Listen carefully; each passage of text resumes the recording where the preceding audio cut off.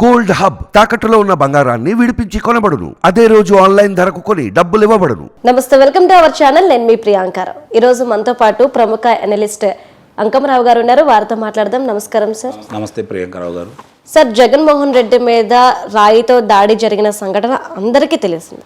అయితే ఇదే నేపథ్యంలో సతీష్ అనే యువకుడే ఇదంతా చేశాడు అంటూ కూడా కొన్ని ఆరోపణలు వస్తున్నాయి. అయితే ఇటు కొంతమంది బోండా ఉమా ఈ దాడి చేపించారంటూ అంటున్నారు, కొంతమంది కేసినేని నానినే ఈ దాడి చేపించి టీడీపీ వాళ్ళ మీద నెడుతున్నారు అనేసి అంటున్నారు. అసలు ఏంటి, అసలు ఎవరు చేసుంటారు, అసలు ఏం జరిగింది అంటారు? ముందుగా ప్రియాంకారావు గారు, దీని గురించి కనుక ఒకసారిగా మనం పూర్వాపరాలు కనుక పరిశీలిస్తే మరో కోడికత్తి ఉదంతం మనకు బయటకు వస్తాం. ఇక్కడ ఇది కోడికత్తి గురించి ఎందుకు ఉదాహరించాను అంటే, ఆ రోజు కత్తి తీసుకొచ్చిన వాళ్ళు వేరు విమానాశ్రయానికి, ఆ కత్తితోటి గాయం చేసిన వాళ్ళు వేరు. నేను చేశానని ఒప్పుకో బాబు, నీకు భవిష్యత్తు ఉంటుంది, అధికారంలో మనమే వస్తున్నాము, దీని మీదకి ఏమి ఉండదు అని చెప్పని అతనికి డబ్బాసి చూయించారా, లేకపోతే పదవాసి చూయించారా, లేకపోతే అభిమాని కాబట్టి నేను ఇట్లా గెలుస్తాను కాబట్టి నువ్వు ఈ పని చెయ్యి అని చెప్తే అతను తలకాయ ఉంచాడో మనకు తెలియదు. కానీ ఆ రోజు మాత్రం అతన్ని నమ్మించి మోసం చేశారనేది మాత్రం వాస్తవం. తిరిగి ఈరోజు దానికంటే విచిత్రంగా కనపడతా ఉంది. అక్కడ ఒక విమానాశ్రయంలో సీసీ కెమెరాలు పనిచేయకపోవడం అనేది ఒక విచిత్రం. కేంద్ర బలగాల పర్యవేక్షణలో జరిగేటటువంటిది అది. రక్షణ శాఖకు సంబంధించినటువంటి దాంట్లో సీసీ కెమెరాలు పనిచేయకపోవటం, ఆయన వచ్చే సమయానికి ఆయన వెళ్ళిన దాకా ఆ రోజే అనుమానం వచ్చిన మాట వాస్తవం. ఇప్పుడు ఆ అబ్బాయికి 5.5 సంవత్సరాలు కారాగారంలో మగ్గి న్యాయస్థానం పుణ్యమాని ఈరోజు బయటకు వచ్చాడు. ఇంకా దానిలోంచి బయటపడలా. నిజంగా అతను నేరం చేశాడని చెప్పి నిరూపితం అయినా కూడా ఒక 3 సంవత్సరాల లోపు అతను శిక్ష అనుభవించేవాడు, కారాగారంలో ఉండేవాడు, విడుదలై బయటకు వచ్చేవాడు. ఇప్పుడు 5.5 సంవత్సరాలు దాటినా కూడా అతను ఇంకా బంధ విముక్తుడు కాలా దాంట్లోంచి. అతని జీవితం అలా అయిపోయింది. ఇప్పుడు ఇక్కడ ఈ సతీష్ అనే కుర్రాడు ఇంకా అతనికి 18 సంవత్సరాలు నిండలేదు. అతను స్వతంత్ర నిర్ణయాలు తీసుకునే అవకాశం లేదు. అసలు దీనికన్నిటి కూడా చాలా విచిత్రమైన విషయం ఏంటంటే, రాయి కొట్టాడు, నిజమే తగిలిందని మనం కాసేపు అనుకుందాం, ఎలాంటి తప్పు లేదు. ఆ రాయి ముక్క ఎక్కడ పోయింది? జగన్మోహన్ రెడ్డి గారు మింగారా రాయిని?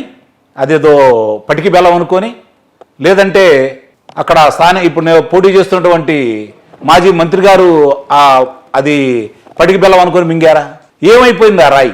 ఆ రాయి తగిలితే ఈయనకు గాయమైతే శ్రీనివాస్ గారికి మళ్ళీ తగిలి గాయమయ్యి మళ్ళీ కిందపడి కాలికి తగిలిన రాయి ఈరోజు కనపడకుండా ఎక్కడికి వెళ్ళింది? ఒకవేళ అది పోలీసులే భద్రపరిచి ఇంతవరకు ఎందుకు బయట పెట్టలేదు? ఒకవేళ మీ దగ్గర అంటూ ఉంటే లేదు, అదే సతీషే చేశాడు అని మీరు భావిస్తున్నారు కదా. ఈరోజు బయటకు వస్తున్నాయి కదా విషయాలు. మరి వాళ్ళ తల్లిదండ్రులు చాలా స్పష్టంగా చెబుతున్నారు కదా, మాకు డబ్బులు ఇస్తామంటే మా పిల్లల్ని అమాయకంగా తీసుకుని వెళ్ళాం, మా పిల్లాడికి ఎలాంటి సంబంధం లేదని చెప్పి తల్లి చెబుతానే ఉంది. మరి దానికి సమాధానం ఏంటి? ఇప్పుడు జరుగుతున్న పరిణామాలు చూసుకుంటామంటే కొత్తగా రాజకీయ రంగు పొలమటం కోసం చంద్రబాబు నాయుడు గారు, లోకేష్ బాబు గారు చేయించారని చెప్తూ దాని గురించి అమ్మనే చెప్పారు కదా, మంత్రులు చెప్పారు, ఆ సజ్జల రామకృష్ణారెడ్డి గారు చెప్పారు, అందరూ చెప్పుకుంటూ వస్తున్నారు కదా. ఇప్పుడు ఒక ఉదంతాన్ని కనుక మనం తీసుకుంటా ఉంటే 5 అంచెల భద్రత ఉంటుంది. ఇక్కడ బాగా అర్థం చేసుకోవాల్సింది ఏంటంటే, ముఖ్యమంత్రి గారికి 5 అంచెల భద్రత ఉంటుంది. అది సభ కాదు, రాజకీయ వేదిక కాదు, అది బజార్లు అంటా వెళ్ళేటప్పుడు సమూహం పెద్దగా ఉండదు. దీనికి సంబంధించిన వాళ్లే ఒక 1400 మంది ఆయన కాపలాదారులు ఉన్నారు. వాళ్ళని కాదని రాయి ఇసిరితే అక్కడి నుంచి వెళ్ళగలడా ఎవరన్నా? ఎన్ఎస్సి వారి యొక్క నిబంధనల ప్రకారం విద్యుత్ లేకుండా, వెలుతురు లేకుండా ఆయన ప్రయాణం చేయకూడదు కదా. ఆయన ఎందుకు నిలబడ్డాడు దాని మీద? ఆ సమయంలోనే ఎందుకు నిలబడ్డాడు? ఆ గజమాల వేసేటప్పుడు దాన్ని గీసుకుపోయిందని చెప్పి చాలామంది భావిస్తున్నారు. మనం ఆ చిత్రాలు కనుక చూస్తుంటే దాని ఆధారాలు కూడా కనపడతానే ఉన్నాయి. ఆ సమయంలో ఎలా అనుమతించారు? ఆయన తిరిగి వాహనంలో కదా కూర్చోబెట్టాల్సింది. లేదు, గాయమైంది, పక్కనే ఆయనకు సంబంధించిన వాహనం ఉంటుంది కదా ఈ వైద్యం చేసేది. మరి దానిలో కాకుండా అక్కడే ఎందుకు చేశారు? ప్రథమ చికిత్స అక్కడే ఎందుకు చేయలేదు? అదేమైనా చికిత్స చేసే అవకాశం ఉన్నదా? లేకపోతే ప్రాణహాని జరిగిందా? మళ్ళీ వైద్యశాలకు ఎందుకు వెళ్ళారు? ఇవన్నీ ప్రజలకు ఈరోజు అర్థం కాని విషయాలు. అంటే మరో కోడికత్తి నాటకం తిరిగి పునరావృతమైందని చెప్పని ప్రజలు భావిస్తూ ఉన్నారు. దాన్ని రాజకీయ రంగు పొలవడం కోసం రాజకీయంగా బోండా ఉమ్మ మీద వేస్తున్నారా, లేకపోతే కేసీఆర్ నానిగారు చేయించారని చెప్పని భావిస్తున్నారా అని చెప్పని ఇప్పుడు 2 రకాల వాదనలు బయటకు వచ్చినాయి. నేననేది ఏంటంటే, ఇది బోండా ఉమ్మ గారితో కేసీఆర్ నానిగారితో సంబంధించింది కాదు, తాడేపల్లి స్క్రిప్ట్ ప్రకారం జరుగుతుందని చెప్పైతే నేను భావిస్తున్నాను. చాలా స్పష్టంగా అక్కడ కనపడతా ఉంది. నీకు 5 అంచెల భద్రతే కాకుండా ముఖ్యమంత్రి గారి పర్యటన జరిగే సమయంలో 2 రోజుల ముందు నుంచి ఆ ప్రాంతంలో అన్ని పరిశీలన చేసిన తర్వాతే కదా ఆయనకు అనుమతి ఇచ్చేది. అంటే ఈ భద్రతా వైఫల్యం అంటూ జరిగితే దానికి బాధ్యులు ఎవరు? ఇంటెలిజెన్స్ ఐజీ బాధ్యుడే కదా, అలాగే డీజీపీ బాధ్యుడే కదా. ఇప్పుడు ప్రభుత్వం లేదు కాబట్టి ఆపద్ధర్మ ప్రభుత్వం కాబట్టి దానికి బాధ్యులైనటువంటి చీఫ్ సెక్రటరీ గారే కదా బాధ్యులు. ముందు వాళ్ళ మీద కదా చర్యలు తీసుకోవాల్సింది. ఆ క్రాంతి రాణా గారే కదా బాధ్యులు. మరి ఆయన మీద కదా చర్యలు తీసుకోవాల్సింది. మరి అక్కడ పర్యవేక్షిస్తున్న అధికారులు ఏమైపోయారు? విద్యుత్ ఆ సమయంలో ఎందుకు ఆపారు? ఇది కదా ఆలోచించాల్సింది. ఒకవేళ మీరు భద్రతా కారణాల వల్ల విద్యుత్ ఆపారు, మరి మీరు పునరుద్ధరణ చేసి వేరే దాన్ని ప్రత్యామ్నాయ మార్గం చూడాల్సింది మీరే కదా. అక్కడ వెలుతులు నింపాల్సింది మీరే కదా. చీకట్లో ముఖ్యమంత్రి గారిని వాహనం మీదకి ఎందుకు ఎక్కించారు? ఇన్ని ప్రశ్నలకు సమాధానం ఉందా వాళ్ళ దగ్గర? కాబట్టి ఎన్ని మనం పరిశీలించుకుంటా ఉంటే కుట్రకోణం చాలా స్పష్టంగా ఉందని అర్థమవుతా ఉంది కదా. దానికి నిస్సందేహంగా జగన్మోహన్ రెడ్డి గారి తరపు నుంచి జరిగిందే తప్ప బయట వాళ్ళది కాదు. ఇది మాత్రం చాలా స్పష్టం. అమాయకులను బలి చేయాలనుకుంటున్నారు ఇప్పుడు, లేదు పార్టీ రంగు పొలవాలి అనుకుంటున్నారు. నిన్ను కొట్టాలి అనుకుంటే గులకరాళ్ళు లేరు, వేరే రకంగా చేస్తారు. నీకు మళ్ళీ దాని సింపతి సృష్టించాలని చెప్పని అవతల పార్టీ వాళ్ళు ఎందుకు భావిస్తారు? నువ్వు భావిస్తున్నావు మళ్ళీ దానివల్ల లబ్ధి పొందాలని చెప్పని. ఇది నిస్సందేహంగా వైఎస్ఆర్సీపీ పార్టీ వాళ్ళు ఎన్నికల్లో ఓడిపోతున్నారు కాబట్టి ముఖ్యంగా దీన్ని అర్థం చేసుకోవాల్సింది ఏంటంటే రాష్ట్ర సమస్యలు, రాష్ట్రంలో ఉన్నటువంటి సమస్యలు, ఒకవైపు నుంచి వివేకానంద రెడ్డి గారి హత్యకు సంబంధించి షర్మిల గారు, సునీత రెడ్డి గారు రోజు మాట్లాడుతున్న విధానాల నుంచి జనాన్ని పక్కకు మళ్లించడం కోసం, తన వైఫల్యాలు ప్రజలు చర్చించకుండా ఉండటం కోసం ఈ యొక్క నాటకం ఆడాడని చెప్పి అయితే నేను భావిస్తున్నాను.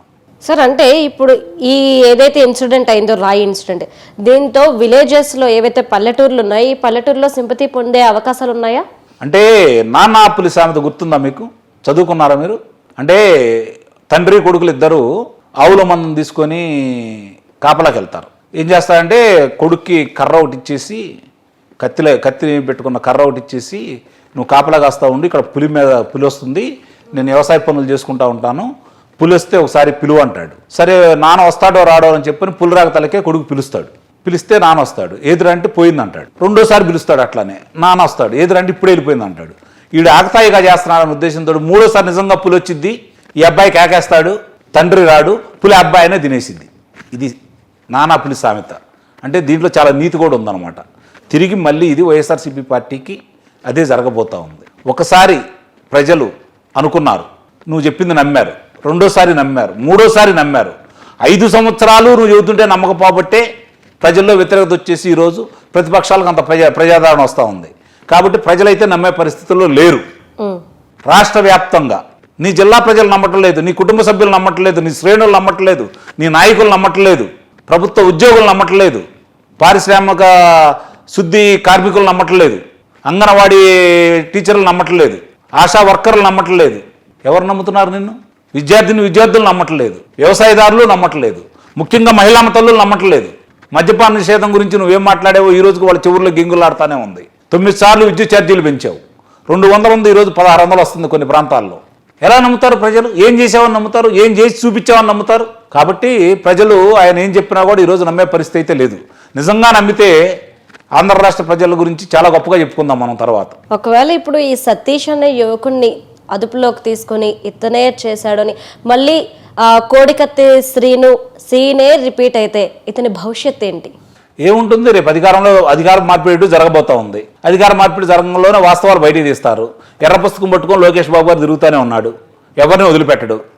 బాధ్యులైన అధికారుల్ని, దానికి ప్రేరేపించినటువంటి రాజకీయ నాయకుల్ని, దాన్ని అక్కడ నిర్వహించినటువంటి కార్యకర్తల్ని ఎవరిని కూడా వదిలిపెట్టే ప్రశ్నే లేదు. అన్నీ బయటకు వస్తాయి. వీళ్ళలాగా 5 సంవత్సరాల్లో ఏం జరిగిందో ఇంతవరకు ఒక ఆధారం కూడా, ప్రతిపక్షాల మీద మోపిన ఒక ఆధారం కూడా వీళ్ళు నిరూపించలేకపోయారు. కానీ లోకేష్ బాబు అనే వ్యక్తి మొత్తం ఏం జరిగింది ఉగ్గు పాలతో సహా కక్కిస్తాడు. రైట్, అందుట్లో అనుమానం లేదు. Thank you so much sir.